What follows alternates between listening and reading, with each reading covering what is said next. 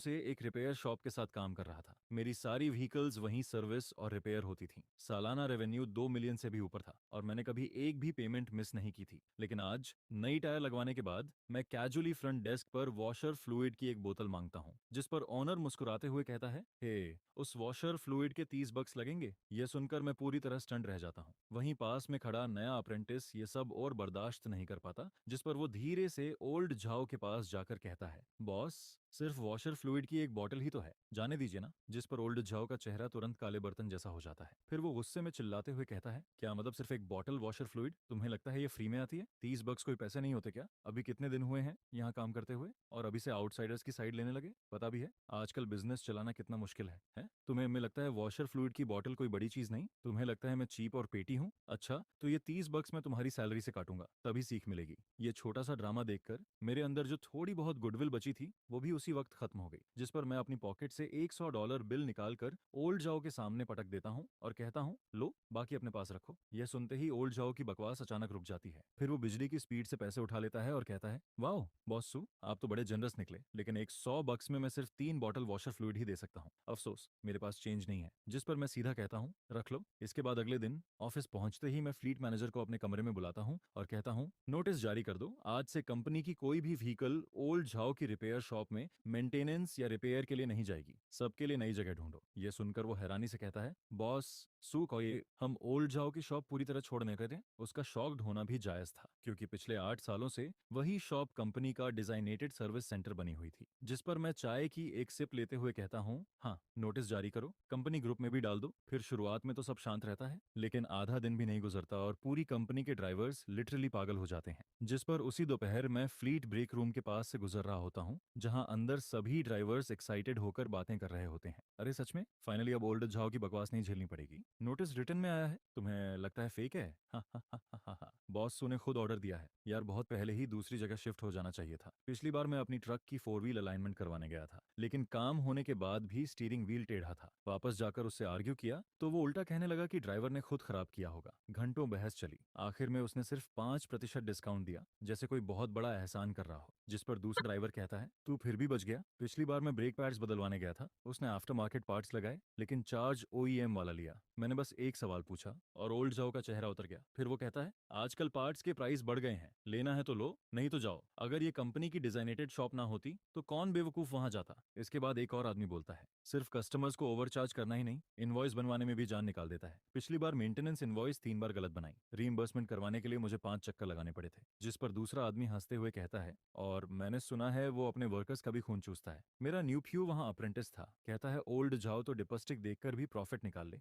Apprentice को सिर्फ पानी जैसी बेस्वाद स्ट्यू खिलाई जाती है। अगर कोई रियल स्किल सीखना चाहता है तो पहले उसकी चमचागिरी करनी पड़ती है, और ईयर एंड बोनस जितना डिले कर सके करता रहता है, जहां मौका मिले पैसे काट लेता है। फिर दूसरा आदमी सिर हिलाते हुए कहता है, पहले लगता था वो एक ऑनेस्ट ओल्ड मैकेनिक है, लेकिन अब तो बस उसके अपकस की खटर पटर सुनाई देती है। बिजनेस बड़ा होता गया और उसका दिल छोटा। इसके बाद एक ड्राइवर कहता है, पिछली बार मैं अपनी पर्सनल कार लेकर गया था सिर्फ बल्ब बदलवाने, लेकिन उसने ऐसा एटीट्यूड दिखाया जैसे ये काम उसके लेवल से नीचे हो। मुझे 2 घंटे वेट करवाया। जिस पर दूसरा आदमी जवाब देता है, हाँ, वही पुरानी कहानी। इस बार बॉस ने बिल्कुल सही किया। मैं तो कब से चाहता था कोई इस चीज को कॉल आउट करे। लगता है बॉस भी आखिर तंग आ गए। जरूर ओल्ड झाओ ने लाइन क्रॉस कर दी होगी। फिर कोई और कहता है, नई शॉप ढूंढना अच्छा आइडिया है। अगली बार ऐसी जगह ढूंढिए जहां स्किल्स भी हों और प्राइसेस भी फेयर हों। धीरे धीरे वहां की गॉसिप शांत होने लगती है और मैं ब्रेक रूम के बाहर खड़ा सब सुनता रहता हूँ। उन बिखरी हुई कंप्लेंट्स और गंदी सच्चाइयों को सुनकर ऐसा लग रहा था जैसे कोई पजल जुड़ रहा हो और उसके अंदर से उस रिपेयर शॉप की सड़ी हुई रियलिटी बाहर निकल रही हो। वो चालाकी और लालच उस जगह की हड्डियों तक फैल चुका था, बिल्कुल कैंसर की तरह। सिर्फ कंपनी जैसे बड़े क्लाइंट्स को नहीं, बल्कि वॉक इन कस्टमर्स को भी बेवकूफ बनाया जा रहा था। यहाँ तक कि अपने अप्रेंटिस तक का खून निचोड़ा जा रहा था। और सबसे बड़ी बात, सुबह नोटिस जारी होने के बाद एक भी ड्राइवर ने विरोध नहीं किया। उल्टा सभी खुश होकर क्लैप कर रहे थे। इससे ज्यादा प्रूफ और क्या चाहिए था? इसके बाद मैं अपने ऑफिस वापस आता हूँ और दूर लगे हुए ओल्ड जाओ ऑटो रिपेयर के बड़े साइनेज बोर्ड को देखता हूँ। लेकिन मुझे सिर्फ ओल्ड जाओ की वो ग्रीडी स्माइल याद आती है जब उसने पैसे छीने थे, और वो जहरीला चेहरा जब वो अप्रेंटिस पर चिल्ला रहा था। और उसी वक्त मुझे 8 साल पहले वाला वो आदमी याद आता है, टिन शेड के अंदर तेल से सने हाथों वाला एक ऑनेस्ट मैकेनिक जो रिपेयर के बाद खुद कार धोता था, लेकिन अब उसने अपनी सारी डिसेंसी खुद निगल ली थी। 8 साल इतने लंबे कि एक टिन शेड रिपेयर शॉप 3 मंजिला सर्विस सेंटर बन गई, और इतने लंबे कि एक इंसान खून चूसने वाला लीच बन गया। मैंने उस दिन सिर्फ $100 फेंके थे, लेकिन कौन जाने पिछले इतने सालों में मुझसे कितने हजारों निकलवाए गए। फिर भी अच्छा हुआ, कम से कम अब मुझे इन लोगों की असली रियलिटी दिख गई, और अब कंपनी की दर्जनों व्हीकल्स को मेरी पुरानी आदत की वजह से ह्यूमिलेशन नहीं झेलना पड़ेगा, मोटी भीड़ों की तरह फ्लीस नहीं होना पड़ेगा। जहां तक उस टूटी फूटी रिपेयर शॉप और पैसे देखकर पागल हो जाने वाले ओल्ड जो की बात है, उसने अपना रास्ता खुद चुना था, और चाइनीज न्यू ईयर के तुरंत बाद उसने खुद अपना बिजनेस बर्बाद कर लिया। इसके बाद कंपनी का काम 10 तारीख से दोबारा शुरू होना था, लेकिन 9 तारीख की सुबह से ही ओल्ड जो के मैसेजेस लगातार आने लगते हैं। हैप्पी न्यू ईयर बॉस सू, न्यू ईयर की शुभकामनाएं, आपकी कंपनी न्यू ईयर में और आगे बढ़े और खूब पैसा कमाए। कल 10 तारीख है, व्हीकल्स की मेंटेनेंस साइकिल फिर शुरू होने वाली है। हमेशा की तरह मैंने आपके लिए बेस रिजर्व कर दिए हैं। मुझे पता है आप प्रोजेक्ट्स में बिजी होंगे, इसलिए मैंने पहले से पूरी लिस्ट भी तैयार कर ली है, सब स्टैंडर्ड मेंटेनेंस स्केड्यूल के हिसाब से। इसके बाद वो एक लंबा कोटेशन भेजता है, जिस पर मैं उसे खोलकर जल्दी से स्कैन करता हूँ। Oil, oil filter, air filter, transmission fluid, वही रूटीन मेंटेनेंस आइटम्स जो हर साल होते थे, लेकिन इस बार हर चीज के प्राइसेस चुपचाप दोगुने कर दिए गए थे। फिर मैं सीधे नीचे स्क्रॉल करके रिप्लाई करता हूँ, प्राइस बहुत ज्यादा है, 20% डिस्काउंट दे सकते हो। मेरा मैसेज भेजते ही ओल्ड जाओ तुरंत कॉल कर देता है और कहता है, अरे बॉस सू, आपको ये प्राइस ज्यादा लग रही है। मेरी कैलकुलेटर तो हिसाब लगाते लगाते धुआं छोड़ने वाली थी। मैंने आपको बिल्कुल बॉटम कॉस्टिंग प्राइसिंग दी है, एक एक्स्ट्रा सेंट तक नहीं जोड़ा। आपको अंदाजा नहीं है इस साल बिजनेस एनवायरनमेंट कितना ब्रूटल है। ऑनएल प्राइसेस बढ़ गए हैं, पार्ट्स महंगे हो गए हैं, टायर के प्राइसेस रोज बदलते हैं, सप्लायर्स हर दिन लॉसेस की रोना रोते हैं। फिर वो लंबी सांस लेकर कहता है, और लेबर का हाल तो मत पूछिए, आजकल अच्छा मैकेनिक ढूंढना हेवन चढ़ने जैसा मुश्किल हो गया है। जिसके पास थोड़ा बहुत स्किल है वो आते ही 10 ग्रैंड या 8 ग्रैंड सैलरी मांगता है, ऊपर से मील्स और हाउसिंग अलग, और 5 दिन का वर्क वीक चाहिए। एक पैसा कम नहीं, नहीं तो काम ही नहीं करेगा। मैकेनिक हायर नहीं कर रहे, जैसे भगवान बिठा रहे हो। जिस पर वो आखिर में दुखी बनने की एक्टिंग करते हुए कहता है, बॉस सू, मेरी ये दुकान बाहर से बड़ी दिखती है, लेकिन अंदर से सब दिखावा है। रोज सुबह उठते ही 10,000 का रेंट सामने खड़ा रहता है। इक्विपमेंट डिप्रिसिएशन ने सांस लेना मुश्किल कर दिया है। आपको ये प्राइस देकर तो मैं प्रैक्टिकली अपना दिल निकाल कर दे रहा हूँ। 20% डिस्काउंट, ऐसा करूंगा तो फ्री में काम नहीं करूंगा, बल्कि अपनी जेब से पैसे भरूंगा। प्रेसिडेंट सू, थोड़ा रहम कीजिए, हमारा रिश्ता 7 से 8 साल पुराना है। क्या तुम सच में मुझे ऐसे पैसे डुबाते हुए देख सकते हो? जिस पर मैं शांत आवाज में कहता हूँ, ओल्ड झाओ, मैं तुम्हारी मुश्किलें समझता हूँ, लेकिन कितनी अजीब कोइंसिडेंस है, कल ही मैंने किसी को मार्केट में पूछताछ करने भेजा था। बेनबो वॉशिंग और बाकी चेन स्टोर्स में यही सेम सर्विस पूछी, जेन्युइन पार्ट्स, बेहतर इक्विपमेंट और सर्विस तो तुम्हारी शॉप से कई लेवल ऊपर निकली, और फाइनल बिल तुम्हारे चार्ज किए हुए अमाउंट के आधे तक भी नहीं पहुंचा। यह सुनते ही दूसरी तरफ कुछ देर के लिए पूरी साइलेंस छा जाती है। फिर ओल्डर झाओ जल्दी से बोलता है, चेन स्टोर्स, प्रेसिडेंट सू, आप सिर्फ प्राइस देखकर फैसला नहीं कर सकते, उनकी स्किल्स की क्या औकात मेरी स्किल्स के सामने। मैं 8 साल पुराना मास्टर हूँ, आपकी फ्लीट को मैं अपनी वाइफ से ज्यादा जानता हूँ। वो चेन स्टोर्स सब असेंबली लाइन पर काम करते हैं, अप्रेंटिस आपकी कार पर प्रैक्टिस करते हैं, और ऑनएल कौन जाने किसी बड़े ड्रम से निकाला हुआ सस्ता माल डाल दें, लेकिन मैं आपकी कार में सिर्फ जेन्युइन और रियल सामान डालता हूँ। मैंने कभी आपसे प्रॉफिट कमाने की कोशिश तक नहीं की। फिर वो इमोशनल बनने की एक्टिंग करते हुए कहता है, प्रेसिडेंट सू, इतने सालों से हमारा बिजनेस रिलेशन है, 7 से 8 साल तो हो ही गए है ना। मेरी शॉप आज तक सिर्फ आपकी वजह से टिकी हुई है। याद है उस समय आपकी पुरानी मर्सिडीज बारिश में खराब हो गई थी, रात के 2 बजे कौन टो ट्रक लेकर पहुंचा था? मैं। ओल्ड जाओ, हमारा रिश्ता लाइफ एंड डेथ वाला है। क्या वो कोल्ड और हार्टलेस चेन स्टोर्स इसकी बराबरी कर सकते हैं? आज लो प्राइसेस दिखाकर आपको फंसाएंगे और कल मोटी भेड़ समझकर लूटेंगे, लेकिन मैं 8 सालों से एक जैसा हूँ, कभी किसी को चीट नहीं किया, चाहे बूढ़ा हो या जवान। यह सुनते ही मैं जोर से हंस पड़ता हूँ, क्योंकि मेरे दिमाग में बस वही 30 बक्स वाली वॉशर फ्लूइड की बोतल घूम रही थी, और ड्राइवर्स की वो सारी कंप्लेनेट्स, नकली पार्ट्स वाली बातें, जेन्युइन फैक्ट्री पार्ट्स। अब मेरा पेशेंस पूरी तरह खत्म हो चुका था। जिस पर मैं ठंडी आवाज में कहता हूँ, लाओ जाओ, अगर तुम्हारी स्किल्स यूनिवर्स में सबसे बेस्ट हैं और तुम हर दिन चैरिटी करके घाटे में चल रहे हो, तो फिर मैं तुम्हें और सफर कैसे करने दूं?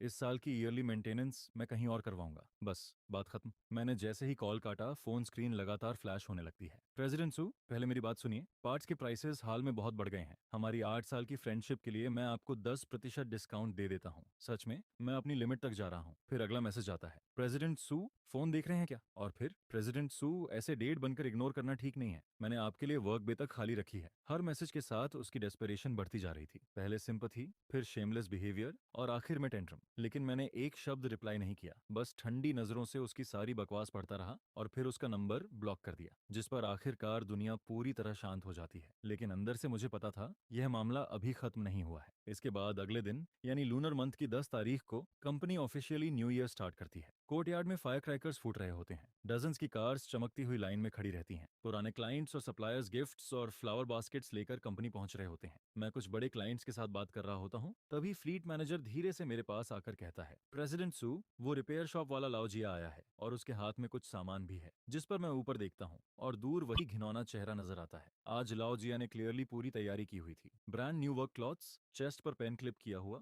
और बालों में इतना तेल कि मक्खी भी फिसल जाए। हाथ में 2 गिफ्ट बॉक्सेस मोटर ऑयल के थे और चेहरे पर नकली हंसी चिपकी हुई थी। जिस पर मैं शांत होकर कहता हूँ, उसे अंदर आने दो, क्योंकि कुछ चीजें अवॉइड नहीं की जा सकती। उनसे भागो तो भी हमेशा नहीं भाग सकते। और सच कहूँ, मुझे भागना भी नहीं था। जैसे ही ओल्ड जिया कोर्टयार्ड में एंटर करता है, आंख में एक है, उसकी आंखें रडार की तरह पूरे एरिया को स्कैन करने लगती हैं। फिर जैसे ही उसकी नजर मुझ पर टिकती है, उसके चेहरे पर इंस्टेंटली चमचागिरी वाली स्माइल आ जाती है और फिर वो मोटर ऑयल लेकर जल्दी जल्दी मेरी तरफ आता है। बॉस, सुन, न्यू ईयर मुबारक, व्हील्स घूमते रहें और पैसा बरसता रहे। ये छोटा सा गिफ्ट है, फुल सिंथेटिक मोटर ऑयल, इतना बढ़िया सामान कि खुद भी यूज नहीं करता। विश करता हूँ आपकी कंपनी इस साल और तेजी से आगे बढ़े। जिस पर मैं हल्की मुस्कान के साथ कहता हूँ, थैंक्स ओल्ड जियाओ, इतनी तकलीफ करने की जरूरत नहीं थी। वो तुरंत हाथ हिलाते हुए कहता है, अरे नहीं नहीं, बस छोटा सा फेवर है। लेकिन उसकी आंखें लगातार मुझ पर और मेरे पास खड़े बड़े क्लाइंट्स पर टिकी हुई थीं। फिर वो ऑकवर्ड हंसी के साथ कहता है, बॉसू, आज वेदर कितना अच्छा है, कोर्टयार्ड भी बड़ा शानदार लग रहा है।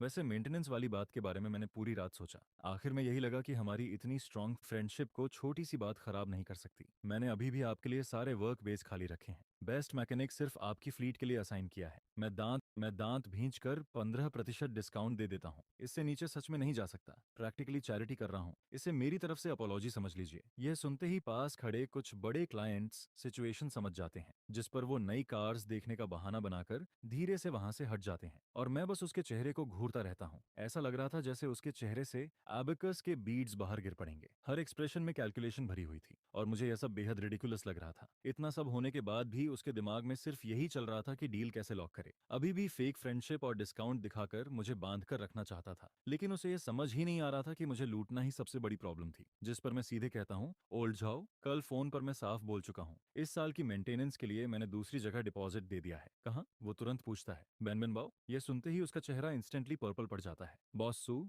आप मजाक कर रहे हैं? वो चेन स्टोर्स सिर्फ फैंसी डेकोरेशन से लोगों को बेवकूफ बनाते हैं, उनमें हमारी शॉप जैसी सोल ही नहीं है। जिस पर मैं ठंडी आवाज में कहता हूँ, कम से कम वहाँ प्राइस के हिसाब से काम तो मिलता है। अब उसका चेहरा पूरी तरह बिगड़ जाता है। बॉस सू, ये बहुत ज्यादा हो रहा है। 8 साल पार्टनरशिप के बाद आप मुझे ऐसे छोड़ रहे हैं? सांस लेने तक का मौका नहीं दिया। मैंने पूरा दिन आपके लिए बेखाली रखी, मेरे मैकेनिक्स ने दूसरे जॉब्स मना कर दिए। उस पूरे दिन का नुकसान कौन भरेगा? जिस पर मैं बिना इमोशन के कहता हूँ, वो तुम्हारी प्रॉब्लम है। मैंने कभी नहीं कहा था कि मेरे लिए बेखाली रखो। सिर्फ मेरा बिजनेस पकड़ने के लिए तुम खुद ओवर कॉन्फिडेंट बने रहे। बेसिक रूल्स तक नहीं पता तुम्हें? ये सुनते ही उसकी आंखें लगभग बाहर निकल आती हैं। उसे उम्मीद नहीं थी कि मैं इतने सीधे तरीके से जवाब दूंगा। धीरे धीरे आसपास लोग जमा होने लगते हैं। एम्प्लॉयज, कस्टमर्स, सभी काम रोककर हमारी तरफ देखने लगते हैं। ओल्ड जाओ इधर उधर देखता है और समझ जाता है कि अब वो सेंटर ऑफ अटेंशन बन चुका है। उसके चेहरे की चर्बी तक गुस्से से कांपने लगती है। सालों से लोगों की चापलूसी सुन सुनकर जो एरोगेंस उसके अंदर भर गया था और पब्लिक में इंसल्ट होने की ह्यूमिलेशन, दोनों मिलकर उसके दिमाग की आखिरी तार तोड़ देते हैं। फिर वो जोर से चिल्लाता है, हे सू, मैंने तुम्हें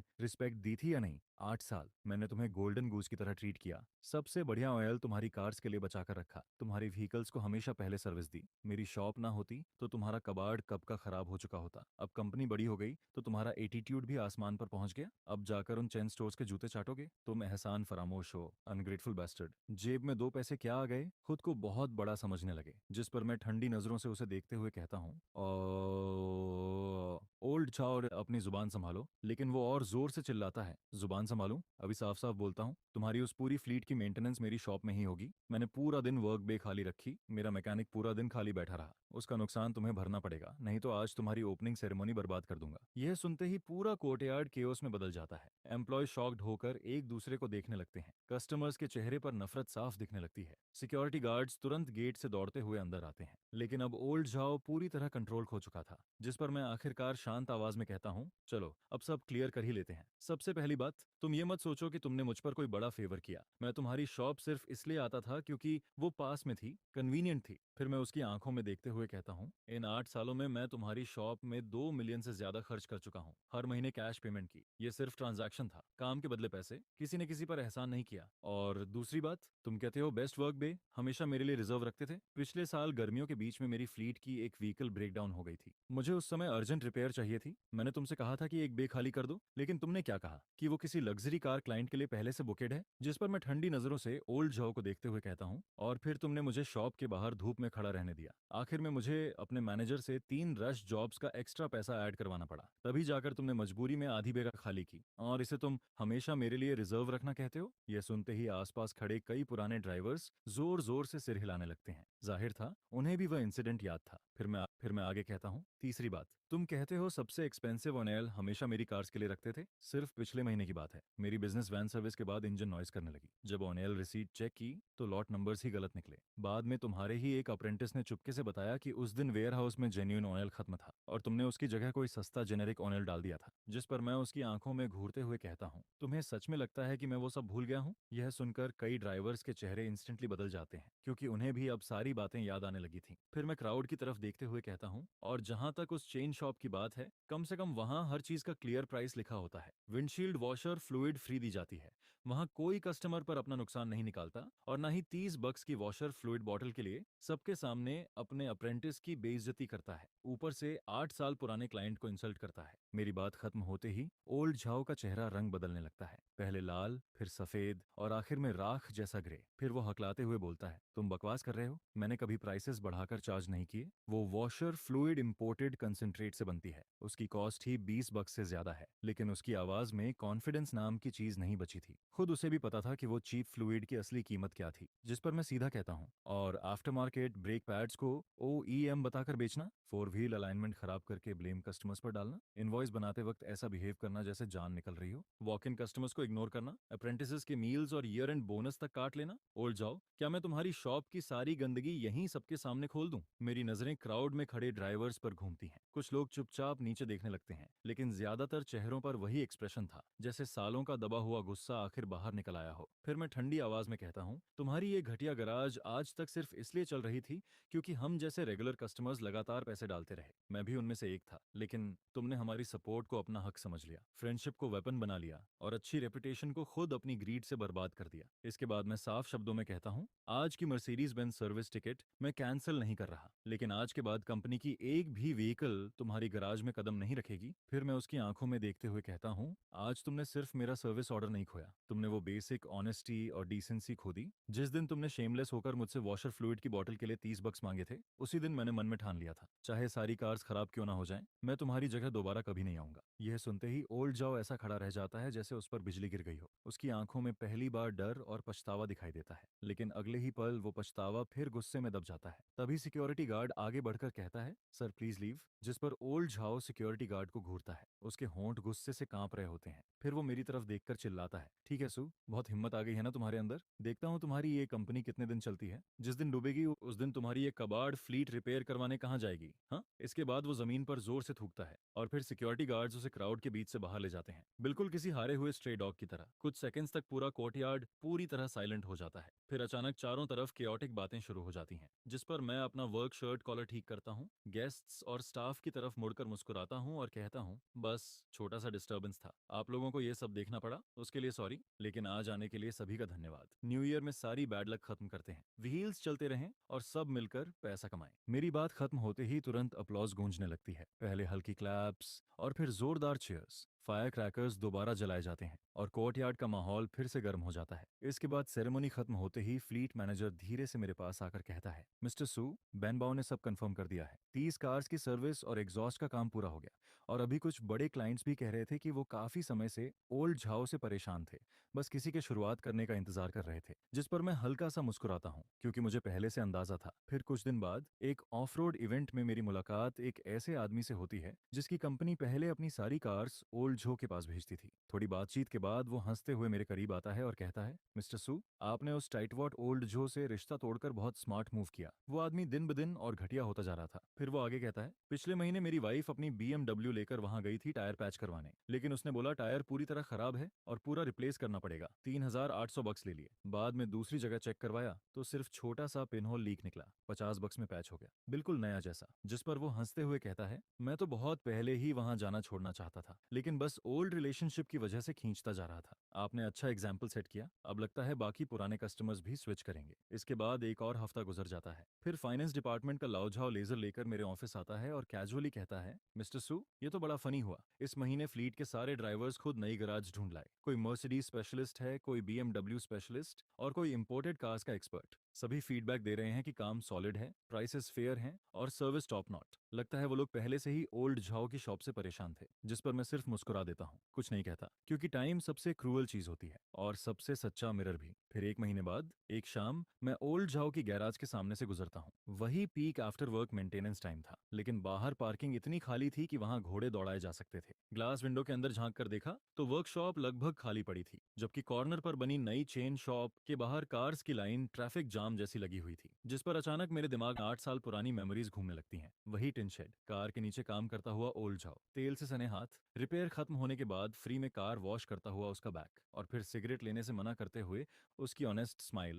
मिस्टर सू, आपका यहाँ आना मेरी जिंदगी बचा गया, लेकिन पैटर्न्स का मतलब ये नहीं कि मैं कस्टमर को परेशान करूं। फ्रेंडशिप कभी कस्टमर्स को चीट करने का एक्सक्यूज नहीं बन सकती, लेकिन एक बार इंसान का दिल सड़ जाए तो चाहे दुकान कितनी भी फ्लैशी क्यों ना हो, वो ज्यादा दिन टिक नहीं सकती। फिर धीरे धीरे महीने गुजरते जाते हैं। ओल्ड जो का साइने बोर्ड अभी भी टंगा रहता है, लेकिन बस किसी तरह सरवाइव कर रहा था। ग्लास के पीछे कुछ यंग अप्रेंटिस हर दिन फोन्स पर बैठे रहते हैं। वर्कशॉप इतनी खाली रहती है कि सर्विलांस कैमरा की आवाज तक गूंजती है। अब तो वो सारे लिफ्ट्स तक ऑनर नहीं करते। जिन वर्क बेस के लिए पहले लोग लड़ते थे, वो अब पूरी तरह खाली पड़े रहते हैं। रात में तो जगह देखकर डर लगने लगता है। फिर एक दिन मैं बहुत एग्जॉस्टेड था। ओवर टाइम खत्म करके लगभग रात के 9 बजे नीचे पार्किंग में पहुंचता हूँ। जैसे ही कार डोर टच करता हूँ, अचानक शैडोज से एक फिगर बाहर निकलता है। वो ओल्ड जाओ था। जाहिर था वो काम ही है बा और वो काफी देर से मेरा इंतजार कर रहा था। उसने अभी भी वही वर्क यूनिफॉर्म पहन रखी थी, जिस पर चेस्ट के ऊपर जनरल मैनेजर स्टिच्ड था, लेकिन अब वो यूनिफॉर्म उस पर ढीली लटक रही थी, बिल्कुल बैम्बू पोल पर कपड़ा टांग दिया हो जैसे। उसके बाल पूरी तरह बिखरे हुए थे, दोनों तरफ सफेद बाल साफ नजर आ रहे थे। चेहरा दाढ़ी से भरा हुआ था। फिर वो भारी आवाज में कहता है, लग रही थी जैसे किसी ने उसके गले में रेत भर दी हो। जिस पर मैं वहीं रुक जाता हूँ, लेकिन उसे इग्नोर करता हूँ। फिर वो शेमलेस होकर 2 कदम और करीब आ जाता है। उसके दोनों हाथ कसकर आपस में जुड़े हुए थे, उंगलियां तक सफेद पड़ चुकी थीं। फिर वो नीचे नजर करते हुए कहता है, मैं खास तौर पर तुमसे अपोलोजाइज करने आया हूँ। पहले जो कुछ हुआ सब मेरी गलती थी। Of brand glass fluid, fake invoice, सब मेरी वजह से हुआ। मुझे पता है अब शायद तुम मुझे जोक समझते हो, लेकिन इस बार मैंने सच में लेसन सीख लिया है। इसके बाद उसकी आवाज और भारी हो जाती है। हाल में शॉप पूरी तरह बॉटम पर पहुंच गई है। सारे पुराने कस्टमर्स चले गए और नए कस्टमर्स को चीट करके भी एक को रोक नहीं पा रहा। हर रात जागता रहता हूँ, बिल्कुल किसी हॉक की तरह।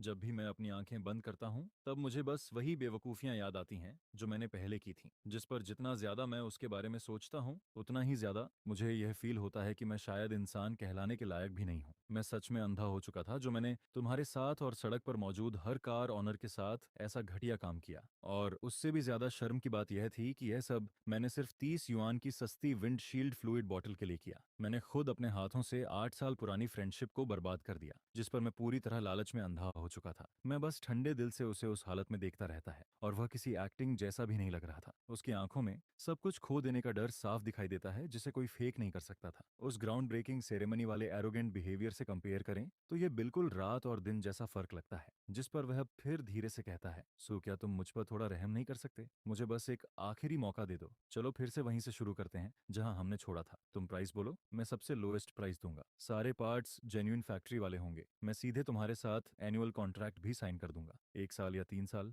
जो चाहो। बस बाहर वाले लोगों को यह दिखा दो कि तुम अभी भी मेरी रेपुटेशन पर भरोसा करते हो। जिस पर वह बार बार करते हुए टूटने लगता है। वह इतना डेस्परेट हो चुका था कि बिना मतलब की बातें करने लगता है, और आखिर में उसकी आवाज आंसुओं से भरकर कांपने लगती है। पूरा पार्किंग लॉट बिल्कुल शांत पड़ा होता है, सिर्फ सड़क से आती टायर की हल्की आवाज सुनाई देती है। फिर मैं ओल्ड जो की तरफ देखकर कहता हूँ, हे ओल्ड ओचो, पता है तुम्हारी इस क्रैपी शॉप की सबसे सड़ी हुई चीज क्या है? सिर्फ लोगों से ज्यादा पैसे लेना नहीं, खराब वर्कमैनशिप भी नहीं, और ना ही वह घटिया विंडशील्ड फ्लूइड। असली सड़न तुम्हारे दिल में है। तुमने कस्टमर्स को भगवान समझना बंद कर दिया और वर्कर्स को इंसान समझना भी छोड़ दिया। जिस पर मैं आगे कहता हूँ, तुम कुछ पैसों के लिए वॉशर फ्लूइड तक में चीटिंग करते हो, पार्ट्स के मार्कअप में फ्रॉड करते हो, यहाँ तक कि वर्क बे जल्दी देने के लिए भी एक्स्ट्रा रश फी चार्ज करते हो, और तुम्हें लगता है कि यह सारा पैसा सिर्फ तुम्हारी जेब में जाना चाहिए। हम रेगुलर कस्टमर्स तुम्हारे लिए बस काटने वाली कैश काउस बन चुके थे, लेकिन फ्रेंडशिप का मतलब ये नहीं होता कि उसे इस तरह रौंद दिया जाए। इसके बाद मैं उसकी तरफ उंगली दिखाते हुए कहता हूँ, गुडविल का मतलब ये होता है कि लोग लंबा रास्ता तय करके भी तुम्हारी दुकान पर रिपेयर के लिए आते हैं। जब तुम्हारी दुकान डूबने वाली थी तब हमने मेंटेनेंस फीस पहले से पे करके तुम्हें बचाया था, लेकिन तुमने उसी चीज को मोरल ब्लैकमेल बना दिया। लोगों को सिर्फ पैसे निकालने वाली मशीन समझने लगे। जिस पर मैं वर्कर्स की तरफ इशारा करते हुए कहता हूँ, तुम अपने अप्रेंटिसेस के साथ भी उतने ही क्रूअल रहे। उनके खाने तक में कटौती करते हो, उनकी वेजेस रोकते हो, छोटी छोटी गलतियों पर सबके सामने इंसल्ट करते हो। तुम्हें लगता है कि सिर्फ इसलिए क्योंकि तुम उन्हें पैसे देते हो तो तुम उन्हें कुत्तों की तरह ट्रीट कर सकते हो,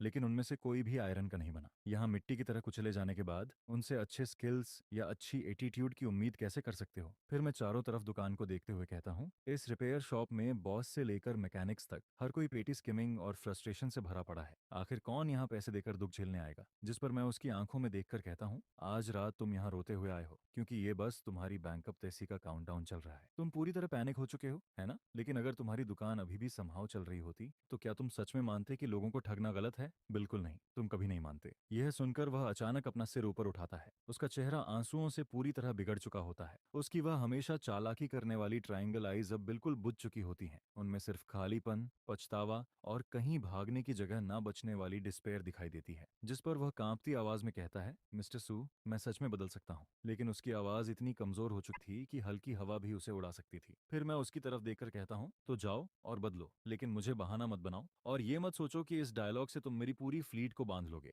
अपने लिए बदलो, थोड़ा अच्छा कर्म कमाने के लिए बदलो, अपनी दुकान में बचे उन अनलकी अप्रेंटिसेस के लिए बदलो जो अभी तक भागे नहीं, और उन फ्यूचर कस्टमर्स के लिए बदलो जो अंधे बनकर तुम्हारी दुकान में कदम रखेंगे। इसके बाद मैं धीरे से कहता हूँ, किसी रिपेयर शॉप का सर्वाइव करना सिर्फ इस बात पर डिपेंड करता है कि उसके बॉस का दिल सोने का है या पत्थर का। जब दिल अंदर से सड़ जाता है तब रेप्यूटेशन भी खत्म हो जाती है। अगर तुम्हारे अंदर एक पल की भी कॉन्शियस बची होती तो सड़क किनारे की छोटी दुकान पर भी लोग लाइन लगाकर आते। हर वक्त मोटर ऑयल से आखिरी पैसा निचोड़ने की सोच बंद करो। मैं अब अपनी सांस वेस्ट नहीं करूंगा। यह कहकर मैं वहां से निकल जाता हूँ। रियर व्यू मिरर में वह वहीं जमे हुए दिखाई देता है और धीरे धीरे एक छोटे पैथेटिक ब्लैक डॉट में बदलता जाता है। इसके बाद 2 हफ्ते गुजर जाते हैं। फिर एक दिन मैं ओल्ड जाओ की रिपेयर शॉप के पास से गुजरता हूँ, जिस पर मैं देखता हूँ कि वह फ्लैशी गोल्ड साइन आखिरकार हट चुका था। कुछ वर्कर्स अंदर नया इक्विपमेंट ला रहे होते हैं और दुकान के ऊपर एक बड़ा लाल टूहू कार केयर साइन लगा हुआ होता है। वह 3 स्टोरी ऑटो सेंटर, जो खुद को बहुत बड़ा समझता था, अब पूरी तरह चेन स्टोर को बेच दिया गया था। ओपनिंग डे पर मैं वहां से गुजरते हुए कार वॉश के लिए अंदर चला जाता हूँ, जिस पर नई मैनेजर करीब 40 साल की चबी लेडी होती है जो हमेशा मुस्कुराती रहती है। वह ओल्ड स्कूल लोकल वुमन थी जिसे अपना काम अच्छी तरह आता है। वह लाइटनिंग स्पीड से कार वॉश करती है और अंदर बाहर इतनी पॉलिश करती है कि पूरी कार चमकने लगती है। मेंबरशिप कार्ड के साथ सिर्फ $19.99 लगते हैं। यहाँ तक कि विंडशील्ड वॉशर फ्लूइड भी फ्री में डाल देती है। कार वॉश का इंतजार करते हुए मैं उस प्लम्प लेडी से थोड़ी बात करता हूँ, जिस पर वह बताती है कि वह ओरिजिनल बॉस के सेम होम टाउन से है। उसने सुना था कि यह क्रैपी शॉप अब नहीं चल पाएगी और बिकने वाली है,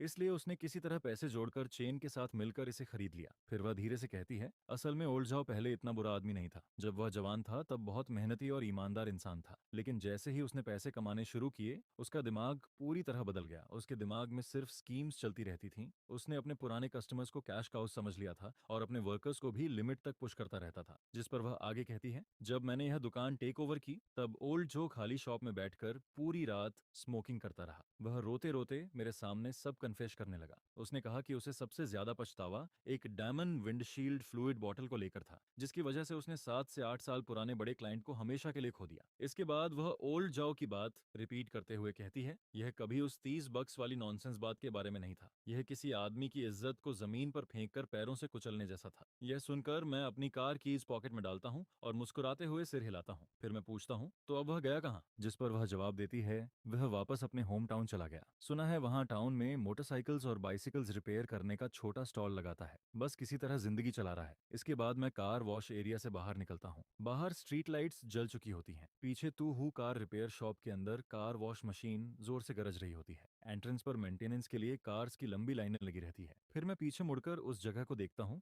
जहाँ कभी ओल्ड झाओ ऑटो रिपेयर का साइन लगा करता था, जिस पर मुझे एहसास होता है कि जिंदगी की सड़क इंसान खुद अपने कदमों से बनाता है, और जब तक इंसान जिंदा है तब तक दोबारा शुरू करने का मौका हमेशा रहता है, चाहे वह इंसान हो या रिपेयर शॉप। लेकिन हमारी अपनी हाथों से टूटी फ्रेंडशिप्स मोटर और नेल में गिरे पानी जैसी होती हैं। एक बार खराब हो जाएं तो फिर कभी वापस ठीक नहीं हो सकती। शायद यही कर्म का सबसे फेयर आउटकम होता है। जिस दिन ओल्ड जॉब प्रोविंशियल कैपिटल छोड़कर गया, तब वह अपने साथ एक अच्छा रिपेयर टूल सेट तक नहीं ले जा पाया, क्योंकि उसकी सारी चीजें पार्ट्स सप्लायर्स का डेट चुकाने में चली गई थीं। 8 साल पुराना 3 स्टोरी ऑटो रिपेयर सेंटर आखिर में बस एक लंबे इल्यूजन की तरह खत्म हो गया। जब सपना टूटा तब उसने सिर्फ अपना पैसा ही नहीं खोया, बल्कि शर्म और पछतावे का ऐसा बोझ उठा लिया जो जिंदगी भर उसका पीछा करता रहेगा। इसके बाद वह चुपके से अपने होम टाउन चिंगशुई टाउन लौट गया। उस दिन हल्की बारिश हो रही थी, मौसम ठंडा। उसकी सेवा करने आते हैं, न कोई उसे प्रेसिडेंट जाओ कहकर बुलाता है। सिर्फ एक कीचड़ भरी डर्ट रोड और टूटता हुआ ब्रिक हाउस उसका इंतजार कर रहा होता है। जिंदगी चलाने के लिए वह अपने बचे हुए आखिरी कॉइन्स निकालता है। फिर टाउन के ईस्ट वेजिटेबल मार्केट के बाहर एक टेढ़ा सा छोटा रिपेयर स्टैंड लगाता है, जिसका ओविंग तक सीधा नहीं था।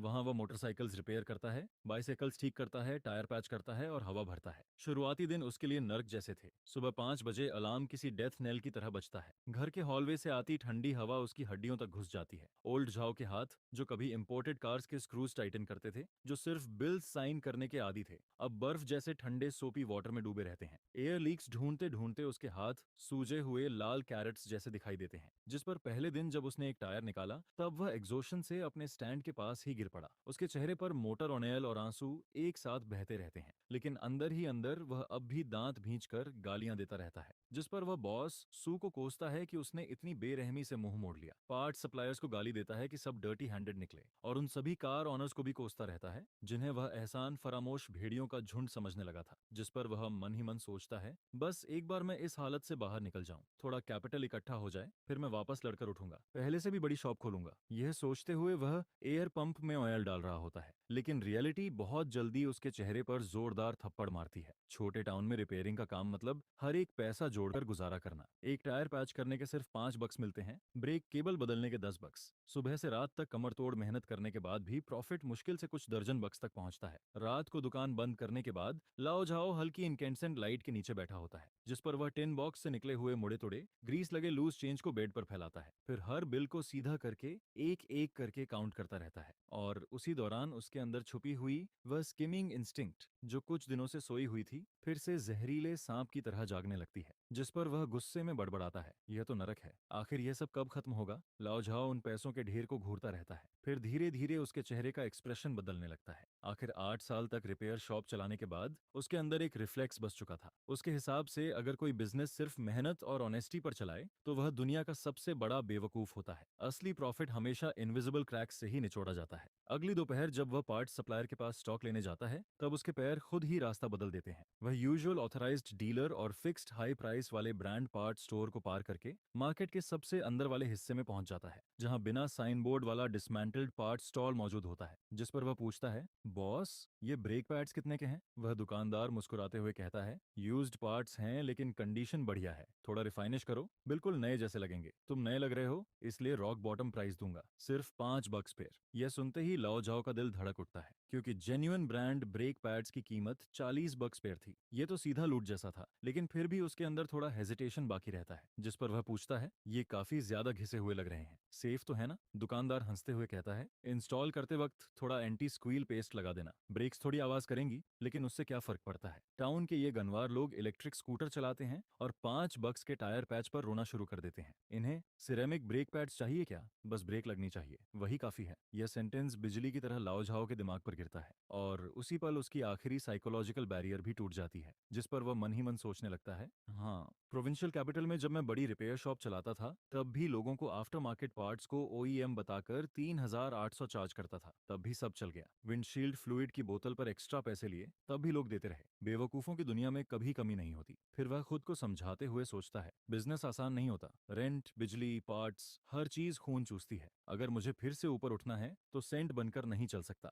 जिस पर वह वह दुकानदार से कहता है, मुझे 50 सेट्स दे दो। इसके बाद सिर्फ ब्रेक पैड्स ही नहीं, वह टायर रिपेयर ग्लू तक बदल देता है। पहले वह branded fast drawing glue use करता था, लेकिन अब किसी चीप नो नेम ग्लू पर स्विच कर चुका था। एक ही ग्लू टब को बार बार यूज करता रहता है जब तक वह काली और झागदार ना हो जाए, फिर भी उसे रिप्लेस नहीं करता। और जो टायर पैच लगाता था वह भी सीक्रेटली घटिया क्वालिटी वाला इस्तेमाल करता है। ऊपर से देखने में पैच सही लगता है, लेकिन कुछ दिनों बाद फिर से स्लो लीक शुरू हो जाती है। इन्हीं शेडी ट्रिक्स की वजह से उसके रिपेयर स्टैंड का प्रॉफिट लिटरली ओवरनाइट डबल हो जाता है, जिस पर वह टिन बॉक्स में बढ़ते हुए पैसों को देखकर फिर से खुश होने लगता है। उसके चेहरे की सारी एग्जॉशन गायब हो जाती है, यहाँ तक कि टायर फिक्स करते वक्त उसके होंठों पर वही फेक स्मग स्माइल वापस लौट आती है जिसे वह बहुत समय से मिस कर रहा था। जिस पर वह मन ही मन हंसते हुए सोचता है, इस दुनिया में फूल्स की कमी नहीं है। कॉन्शियंस, हाँ, कॉन्शियंस की कीमत ही क्या है। लेकिन वह सबसे बड़ी गलती भूल चुका था। चिंगशुई टाउन प्रोविंशियल कैपिटल नहीं था। प्रोविंशियल कैपिटल एक विशाल समंदर जैसा था। वहां अगर एक मिस्टर सू चला जाए तो काउंटलेस मिस्टर ली और मिस्टर जांग मिल जाते हैं। लेकिन चिंगशुई टाउन सिर्फ कुछ हजार लोगों का छोटा कम्युनिटी था, जहां हर कोई एक दूसरे को जानता है। यहाँ हर सड़क,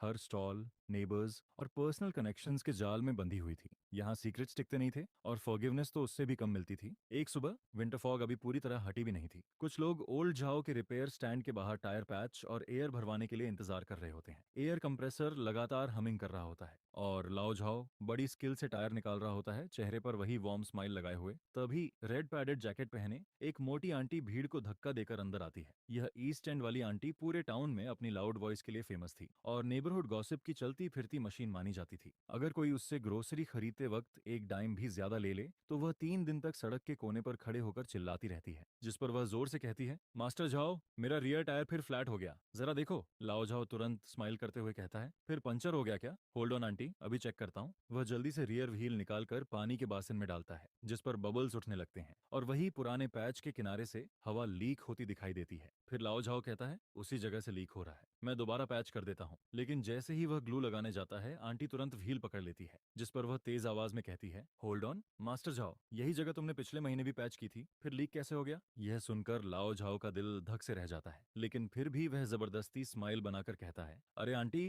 टायर पैच हमेशा हमेशा नहीं चलता, सड़क पर इतना ब्रोकन ग्लास पड़ा रहता है, दोबारा पंचर होना नॉर्मल है। लेकिन आंटी तुरंत चिल्लाकर कहती है, मैं यह बाइक सिर्फ ग्रोसरी खरीदने के लिए यूज करती हूँ, वह भी पेव्ड रोड्स पर, वहां ब्रोकन ग्लास कहाँ से आएगा? मुझे बेवकूफ समझ रखा है क्या? उसकी आवाज एकदम ऊंची हो जाती है, जिस पर आसपास रिपेयर का इंतजार कर रहे लोग भी पास आकर देखने लगते हैं। लाओ झाओ का चेहरा ऑकवर्ड हो जाता है। वह कोई एक्सक्यूज देने ही वाला था कि तभी डार्क फेसेड आदमी भीड़ चीरते हुए सामने आता है, जिस पर वह गुस्से में ब्रेक पैड जमीन पर फेंकते हुए कहता है, ऑल्ड जाओ, पहले ये देख, ये वही रियर ब्रेक पैड्स हैं जो तूने मेरे लिए लगाए थे, खुद देख इनकी हालत। वह ब्रेक पैड इतना घिस चुका होता है कि सिर्फ मेटल बैकिंग प्लेट बची होती है। उसका फ्रिक्शन मटेरियल अजीब डार्क ब्लैक रंग का होता है, उंगली से स्क्रैप करते ही पाउडर बनकर टूटने लगता है। फिर वह आदमी गुस्से में चिल्लाता है, आज रास्ते में मेरी ब्रेक्स फेल हो गई, मैं ऑलमोस्ट एक बिग रिग के नीचे आने वाला था, फिर मैं इसे वेस्ट साइड वाले ओल्ड सन के पास ले गया। उसने बताया कि यह रिफर्बिश्ड स्क्रैप पार्ट है जो किसी जंग कार से निकाला गया है। तू ये कचरा मुझे लगाकर मारना चाहता है क्या? ये सुनते ही भीड़ में हड़कंप मच जाता है। जो लोग रिपेयर के लिए इंतजार कर रहे थे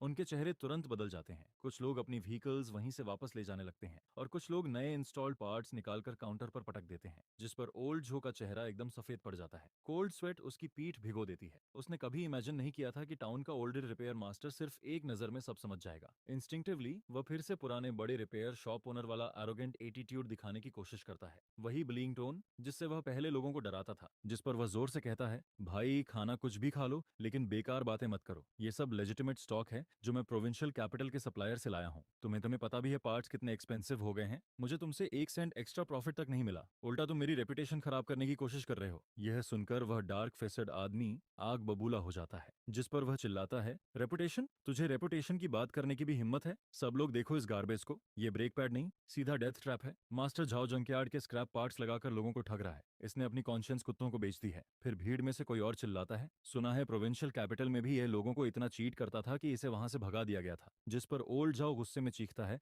तुम सब बकवास कर रहे हो। लेकिन तभी सामने वाला आदमी सीधा पंच मार देता है, जिस पर ओल्ड झाओ पीछे लड़खड़ाता है और पीछे रखा सोपी वाटर बेसिन पलट जाता है। वह सीधे मडी वाटर में गिर पड़ता है और बेहद पैथेटिक दिखाई देता है। फिर भीड़ गुस्से में चिल्लाने लगती है, heartless swindler, dangerous refurbished parts लगाकर लोगों की जान खतरे में डालता है और ऊपर से लड़ाई भी करेगा। जिस पर कोई और जोर से बोलता है, अब समझ आया पिछली बार यहाँ पैच करवाने के सिर्फ 3 दिन बाद मेरा टायर फ्लैट क्यों हो गया था। शैमलेस बैस्टर्ड, इसका चेहरा देखकर ही पता चल जाता है कि यह आदमी शुरू से ही घटिया था। इसे इस मार्केट से बाहर निकालो, यहाँ लोगों को बेवकूफ बनाना बंद करो। जिस पर पूरी भीड़ गुस्से से उबलने लगती है। किसी को पता भी नहीं चलता कि पहला पंच किसने मारा। तभी कोई ओल्ड जो के पार्ट्स वाले बिन को पलट देता है। जिस पर ओल्ड जो घबराकर चिल्लाता है, मत तोड़ो मत तोड़ो, मेरा सामान मत तोड़ो। लेकिन एंग्री क्राउड अब रुकने वाला नहीं था। तभी एक जोरदार बैंग की आवाज आती है। उसके बगल वाला एयर कंप्रेसर किसी ने किक मारकर गिरा दिया। प्लग सॉकेट से खींचकर बाहर निकाल दिया जाता है और चिंगारियों की बारिश हवा में उड़ने लगती है। फिर कोई जमीन पर पड़ा चीप ब्रेक पैड उठाता है और ओल्ड झाओ के कार्डबोर्ड साइन पर दे मारता है। जिस पर वह बीच से टूटकर मडी वाटर में गिर जाता है और फिर कोई उस पर पैर रखकर उसे पूरी तरह कुचल देता है। ओल्ड जाओ वहीं जड़ बनकर खड़ा रह जाता है। उसके चारों तरफ सिर्फ गुस्से भरी चीखें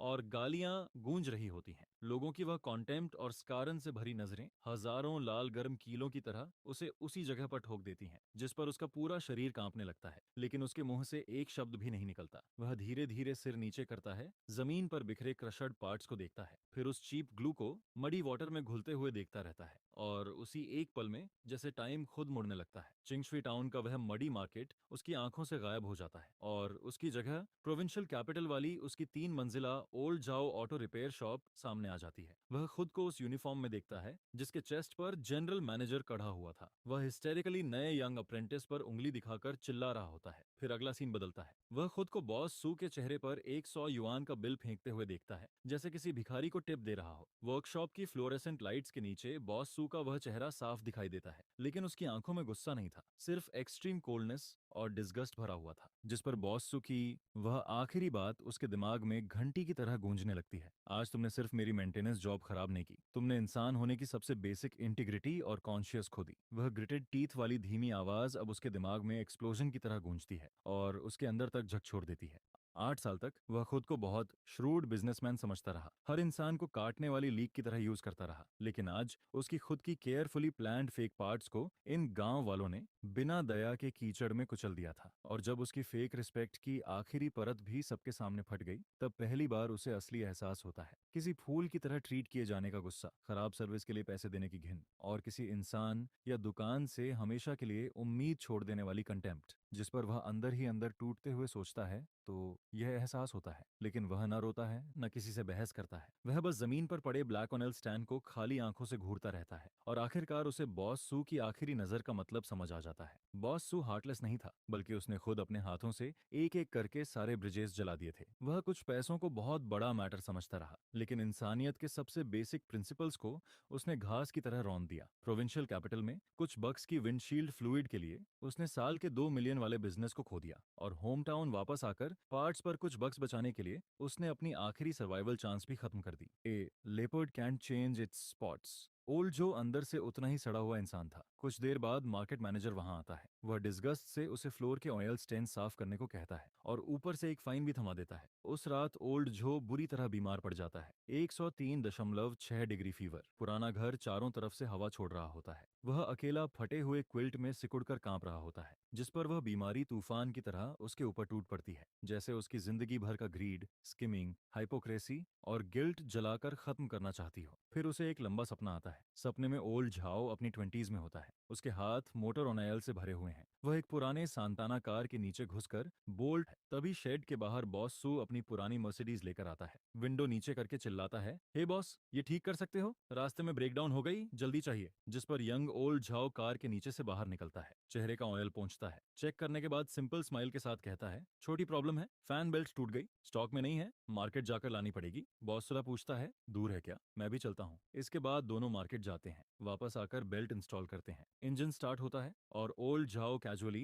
पूरा इंजन बेसाफ करने लगता है, जिस पर बॉस सू उसे सिगरेट देता है, लेकिन वह हाथ हिलाकर मना कर देता है। फिर सिंपल स्माइल के साथ कहता है, नहीं बॉस, आप रिपेयर के लिए मेरे पास आते हो वही मेरे लिए काफी है, मैं आपकी सिगरेट कैसे ले सकता हूँ। यह सुनकर बॉस सू मुस्कुराता है, जिस पर वह कहता है, तुम्हारा काम सॉलिड है और तुम खुद भी सॉलिड आदमी हो, आगे कंपनी में नई कार्स आएंगी तो सारे रिपेयर्स यहीं करवाऊंगा। जिस पर यंग ओल्ड जो खुशी से जवाब देता है, थैंक्स बॉस, जब तक आप आते रहोगे मैं हमेशा बेस्ट पार्ट्स लगाऊंगा, अपनी पूरी मेहनत दूंगा। अचानक हॉस्पिटल बेड पर पड़ा ओल्ड जो अपनी आंखें खोल देता है। वह भारी सांसें लेते हुए हवा के लिए हाँफने लगता है और फिर उसके आंसू टूटे हुए बांध की तरह बहने लगते हैं। उसकी धंसी हुई आंखों से निकलकर ब्लैक पिलो केस को भिगो देते हैं, जिस पर वह कांपती आवाज में खुद से पूछता है, मैं खुद को इतना बड़ा बीस्ट कैसे बना बैठा। खाली कमरे में उसकी दबाई हुई हार्ट रेंचिंग सिसकियां गूंजने लगती हैं। वह उस ग्रीड के लिए रोता है जिसने उसकी आंखें बंद कर दी थीं, उन रिलेशनशिप्स के लिए रोता है जिन्हें उसने खुद अपने हाथों से तोड़ा और कभी वापस नहीं जोड़ पाया, और अपनी जिंदगी के उस एब्सर्ड और पैथिक फर्स्ट हाफ के लिए भी रोता है। यह फीवर उसके अंदर वाले एरोगेंट और निकेल एंड डिमिक बॉस झाओ को जला देता है, और पीछे सिर्फ एक ऐसा इंसान बचता है जिसकी आधी जिंदगी खत्म हो चुकी थी, लेकिन जिसे अब पहली बार असली दर्द फील हो रहा था। ओल्ड जो कि 3 दिन बाद उसका फीवर उतर जाता है। ओल्ड जो बेड से उठता है, उसका शरीर सूखे हुए लकड़ी के टुकड़े जैसा कमजोर हो चुका होता है, लेकिन वह ना भागता है ना फिर से उस शेडी स्क्रैपयार्ड वाले स्टॉल पर जाता है। सुबह 5 बजे पूरा क्योंगशू टाउन अभी भी शांत पड़ा होता है। ओल्ड झाओ अपना रिपेयर कार्ड धक्का देते हुए फ्रीजिंग हवा के खिलाफ चलते हुए टाउन के अकेले ब्रांडेड पार्ट्स डीलर के पास पहुंचता है, जिस पर वहां ओल्ड मैन सन रीडिंग ग्लासेस पहनकर शेल्व्स ठीक कर रहा होता है। वह ओल्ड झाओ को देखकर फ्रीज हो जाता है, फिर हल्की मॉकिंग स्माइल के साथ कहता है, अरे ये तो बॉस जाओ है, क्या बात है, आज फिर चीप यूज्ड पार्ट्स लेने आए हो। लेकिन ओल्ड जाओ कोई जवाब नहीं देता। वह अपने हाथ में कसकर पकड़ी प्लास्टिक बैग काउंटर पर रख देता है। ये वही पैसे थे जो उसने अपनी पुरानी एक्सपेंसिव मैकेनिकल वॉच बेचकर जुटाए थे। फिर वह धीरे से कहता है, मास्टर सन, मुझे 50 सेट्स जेन्यून ब्रेक पैड्स चाहिए, सबसे बेस्ट वाले, और 20 जेन्यून जिंगताई इनर ट्यूब्स भी। ये सुनकर ओल्ड सन सस्पिशियस नजरों से उसे घूरता रहता है, लेकिन हिलता तक नहीं। तभी ओल्ड झाओ सिर उठाकर उसकी आंखों में सीधा देखता है, जिस पर वह कहता है, मुझे पता है मैं पहले बैस्टर्ड था, लेकिन अब मैं बदलना चाहता हूँ। मास्टर सन, होलसेल प्राइस लगाओ, ना एक पेनी ज्यादा ना एक सेंट कम। उसकी आंखों का एक्सप्रेशन देखकर ओल्ड सन भी हैरान रह जाता है। वह धीरे से रीडिंग ग्लासेस उतारता है, फिर शेल्फ के सबसे पीछे से कुछ बॉक्सेस निकालता है। उन जेन्युइन पार्ट्स पर एंटी काउंटरफाइट कोड्स प्रिंटेड होते हैं। उस सुबह ओल्ड झाओ का रिपेयर स्टैंड फिर से लग जाता है। वर्क बेंच इतना साफ होता है कि उसमें रिफ्लेक्शन दिखाई देता है। सारे पार्ट्स ट्रांसपेरेंट स्टोरेज बंस में नीटली अरेंज्ड रहते हैं, क्लियर प्राइस टैग्स के साथ। लेकिन पहले दिन कोई कस्टमर नहीं आता। नेबर्स दूर से गुजरते हुए फुसफुसाते हैं और लंबा रास्ता लेकर निकल जाते हैं। फिर भी ओल्ड जाओ ना गुस्सा करता है ना दुखी होता है। रात होने पर वह पूरे दिन आइडल पड़े एयर पंप को बार बार साफ करता रहता है। दूसरे दिन भी शॉप खाली रहती है, फिर भी वह सुबह जल्दी स्टैंड लगाता है, जेन्युइन ब्रेक पैड्स को एक एक करके बाहर सजाता है। तीसरा दिन, चौथा दिन, फिर आधे महीने बाद एक सुबह आंट ली अपना पुराना इलेक्ट्रिक स्कूटर धक्का देते हुए उसके स्टैंड के सामने से गुजरती है। चेहरे पर कोल्ड एक्सप्रेशन होता है। दूर से जेन्युइन रबर की अलग स्मेल हवा में आती है, जिस पर एंटली रुक जाती है। उसकी नजर स्टैंड पर जाती है। वहां जेन्युइन ब्रेक पैड्स की पूरी लाइन रखी होती है, जिन पर एंटी काउंटर फाइट कोड्स लगे होते हैं। फिर वह neatly stacked genuine Jingtai inner tubes को भी देखती है। उसी समय ओल्ड जाओ अपने टूल्स अरेंज कर रहा होता है। जैसे ही वह आंटली को देखता है, वह अपने वर्क कवर्स पर हाथ पहुंचता है। फिर वह आंटली के स्कूटर का रियर व्हील निकालकर पानी के बेसिन में डालता है, पुराने लीकिंग पैच को ढूंढता है, उसे फाड़ कर निकाल देता है, फिर सरफेस को सैंड करता है, नया रबर सीमेंट लगाता है और जेन्युइन पैच चिपकाता है, जिस पर वह रोलर को पैच के ऊपर दर्जनों बार आगे पीछे चलाता है। फिर कॉन्फिडेंट आवाज में कहता है, आंटली मैं गारंटी देता हूँ ये स्कूटर कबाड़ होने तक चलेगा और फिर लीक नहीं करेगा। यह कहकर वह पैच को हवा में हिलाता है, फिर जोर से कहता है, अगर फिर लीक हुआ तो मैं ओल्ड जाओ आज यही पूरा स्टैंड तोड़ दूंगा और हमेशा के लिए चिंगशू टाउन छोड़कर चला जाऊंगा। लेकिन एंटली कुछ नहीं बोलती। वह टायर को दबाकर चेक करती है। उसके चेहरे पर आधा डाउट और आधा भरोसा दिखाई देता है। फिर वह स्कूटर पर बैठती है और मार्केट के एंट्रेंस के आसपास एक राउंड लगाकर वापस आती है, जिस पर लौटते ही वह पॉकेट से 5 कॉइन्स निकालती है और काउंटर पर रख देती है। फिर कोल्ड आवाज में कहती है, फ्रंट ब्रेक भी एडजस्ट कर दो, थोड़ा लूज लग रहा है। ओल्ड जाउन 5 कॉइन्स को घूरता रह जाता है। उसकी आंखें अचानक भरने लगती हैं, जिस पर वह गहरी सांस लेता है और जबरदस्ती आंसू रोक देता है। फिर वह तुरंत रेंच उठाता है। उसके हाथ पहले से कहीं ज्यादा क्विक और निम्बल चलते हैं, जिस पर वह हल्की मुस्कान के साथ कहता है, मुझे हो जाएगा, बस 1 मिनट, अभी ठीक कर देता हूँ। इसके बाद दिन पानी की तरह गुजरने लगते हैं। किसी ने ओपनली उसे माफ करने का ड्रामा नहीं किया, लेकिन छोटे टाउन में लोगों की जुबान सबसे ऑनेस्ट चीज होती है। धीरे धीरे उसके रिपेयर स्टैंड के सामने फिर से लाइन लगनी शुरू हो जाती है। सबको पता चल जाता है कि लाओ झाओ के ब्रेक पैड्स अब सबसे बेस्ट जेन्युइन पार्ट्स होते हैं। ओल्ड झाओ के पैच्ड टायर्स पूरे साल लीक नहीं करते और वह ऑयल चेंज में अब कभी पानी नहीं मिला था, जिस पर वह फिर से सुबह से रात तक लगातार काम करता रहता है। लेकिन सारे खर्च निकालने के बाद एक टायर पैच करने पर उसे सिर्फ 2 युआन प्रॉफिट मिलता है। फिर विंटर दोबारा लौट आता है। एक सुबह चिंगशू टाउन में भारी स्नोफॉल होती है। ओल्ड झाओ अपने छोटे स्टूल पर रिपेयर स्टैंड के सामने बैठा होता है। उस समय कोई कस्टमर नहीं होता, जिस पर वह टिन बॉक्स से कॉइन्स बाहर निकालता है। 1 युआन, हाफ युआन, यहाँ तक कि एक जियाओ कॉइन्स भी रफ वुडन बोर्ड पर बिखरे पड़े रहते हैं। उसके हाथ चिल ब्लेन से फटे हुए होते हैं। फिंगरनेल्स में जमा ग्रीस अब कभी साफ नहीं हो सकता था। पुराने बॉस जाओ का एक निशान तक नहीं बचा था। लेकिन जब वह उन कॉइन्स को एक एक करके सीधा करता है और स्टैक बनाता है, तब उसके हाथों की मूवमेंट्स बेहद जेंटल और स्टेडी लगती हैं, जैसे पहली बार वह जमीन से जुड़कर जी रहा हो। फिर वह हाथों में पकड़े क्रम्पल्ड बिल्स को देखता है और अचानक बिना आवाज के हंस देता है, जिस पर उसे प्रोविंशियल कैपिटल वाला 3 स्टोरी ऑटो रिपेयर सेंटर याद आता है। वह स्काई हाई मेंटेनेंस बिल्स याद आते हैं। बॉसों की मर्सिडीज दूर जाती हुई याद आती है। लेकिन मोटर ऑयल में गिरा पानी कभी वापस नहीं निकाला जा सकता। शायद उसकी डेस्टिनी यही थी कि वह पूरी जिंदगी इसी मड में फंसा रहे, कुछ डायम्स और क्वार्टर्स जोड़कर जिंदगी काटे। तभी ठंडी हवा का झोंका वहां से गुजरता है। ओल्ड जाओ गहरी सांस लेकर मोटर ऑयल से भरी हवा को अंदर खींचता है और अपने सीने में धड़कते दिल को फील करता है। अब उसे कभी रात के बीच में किसी के दरवाजा पीटने का डर नहीं रहता। कोई पार्ट्स चेक करने नहीं आएगा। किसी कस्टमर के ब्रेक्स फेल होने के बाद एक्सीडेंट करके उसके दरवाजे तक नहीं पहुंचेगा। और ना ही अब उसे अपने सन्स वाले नाइटमेयर से पसीने में जागना पड़ता है। $2, $3, $5, वह खुद से बड़बड़ाते हुए उन लूज कॉइन्स को केयरफुली टिन बॉक्स में रखता रहता है। धीरे धीरे सुबह होने लगती है। दूर किसी स्ट्रीट से ब्रूम के स्नो साफ करने की पहली आवाज सुनाई देती है, जिस पर ओल्ड जाओ खड़ा होता है, अपने क्लोथ से ग्रीस झाड़ता है, एयर कंप्रेसर प्लग करता है, पार्ट्स बिन्स पर टाप डालता है और एवरीडे लाइफ की हसल बसल का इंतजार करने लगता है। फिर वह धीमी आवाज में खुद से कहता है, यह पैसा बहुत कम है और कमाना भी बहुत मुश्किल है, लेकिन कम से कम क्लीन तो है। 3 साल बाद फिर से चाइनीज न्यू ईयर आ जाता है। मैं हॉलिडे के लिए अपनी होम टाउन वापस ड्राइव कर रहा होता हूँ। जब चेंगशुई टाउन पास आता है, तब मैं जानबूझकर मेन रोड छोड़ देता हूँ। यह रास्ते में नहीं था, बल्कि मैं खास तौर पर वहां जा रहा था, क्योंकि न्यू ईयर से पहले लाओ झाओ ने श्याओ जुन के जरिए मैसेज भेजा था। श्याओ जुन ने बताया था कि ओल्ड झाओ अभी भी टाउन में रिपेयर वर्क कर रहा है और उसका छोटा स्टॉल अब एक छोटी शॉप बन चुका है, जिस पर साइने बोर्ड पर कुछ नए वर्ड्स भी ऐड किए गए थे। मैं वेजिटेबल मार्केट के बाहर कार पार्क करता हूँ, फिर पैदल चलते हुए दूर से उसकी शॉप को देखता हूँ। पुराने साइन के नीचे एक नई लाइन लिखी होती है, ब्रेक पैड्स जेन्युइन ओनली। पूरी शॉप स्पॉटलेस क्लीन दिखाई देती है। टूल्स पूरी वॉल पर नीटली टंगे हुए थे। पार्ट्स शेल्व्स पर सॉर्टेड और स्टैक्ड पड़े थे। हर बॉक्स पर साफ प्राइस टैग लगा होता है। एयर कंप्रेसर बिल्कुल नया था। टायर चेंजर पुराना होने के बावजूद पॉलिश होकर चमक रहा था। ओल्ड जाओ एक ओल्ड स्टाइल मोटरसाइकिल के पास स्क्वाटिंग पोजीशन में बैठा था। वह एक एल्डरली मैन की ब्रेक केबल बदल रहा होता है। वह पहले से बहुत ज्यादा दुबला हो चुका था। उसके आधे से ज्यादा बाल सफेद हो चुके थे। बैक थोड़ी झुक गई थी, लेकिन उसके हाथ अब भी स्टेडी थे। वह हर स्क्रू टाइटन करने के बाद टॉर्क वॉन्च से दोबारा चेक करता है। तभी वह एल्डरली मैन खुश होकर कहता है, मास्टर जाओ, पिछली बार जो ब्रेक पैड्स लगाए थे वह बहुत अच्छे निकले। आधा साल हो गया, अभी भी नए जैसे फील होते हैं। जिस पर ओल्ड जाओ हल्की स्माइल के साथ जवाब देता है, कोई दिक्कत हो तो आराम से वापस आ जाना, मैं उसके पास नहीं जाता। सड़क के दूसरी तरफ एक ब्रेकफास्ट स्टॉल पर बैठ जाता हूँ। सोए मिल्क का बाउल ऑर्डर करता हूँ और दूर से उसे देखता रहता हूँ। ब्रेक केबल रिप्लेस करने के बाद भी ओल्ड जाओ उस ओल्ड मैन की बाइक दोबारा चेक करता है, टायर प्रेशर एडजस्ट करता है, चेन टाइट करता है और आखिर में रैक से पूरी सीट साफ करता है। फिर ओल्ड मैन पैसे देने लगता है। ओल्ड जाओ प्राइस बताता है, पैसे लेकर वापस शॉप के अंदर जाता है, काउंटर के पीछे बैठता है और एनमेल मग उठाकर पानी पीने लगता है। तभी मेरी नजर शॉप वॉल पर लगे एक बैनर पर जाती है। रेड बैकग्राउंड और गोल्डन लेटर्स वाला बैनर, जिस पर लिखा होता है,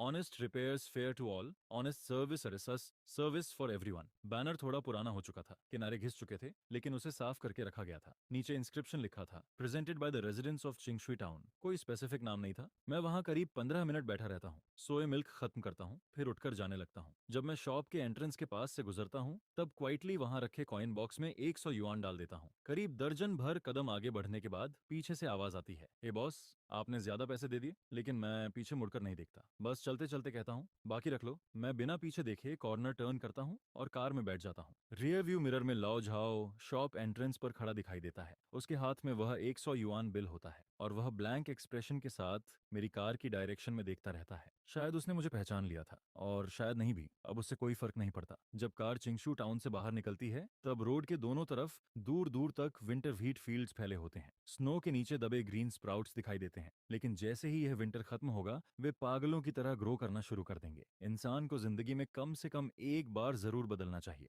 चाहे थोड़ा लेट ही क्यों ना हो, चाहे मड से क्रॉल करके ही वापस उठना पड़े। फिर अचानक मुझे उस वुडन साइनेज बोर्ड के छोटे वर्ड्स याद आते हैं, brake pads only genuine products sold. लेकिन ध्यान से देखने पर पता चलता है कि उसके पीछे एक और लाइन लिखी हुई थी, उससे भी छोटी, ग्रीस पेन से टेढ़े मेढ़े तरीके से लिखी थी।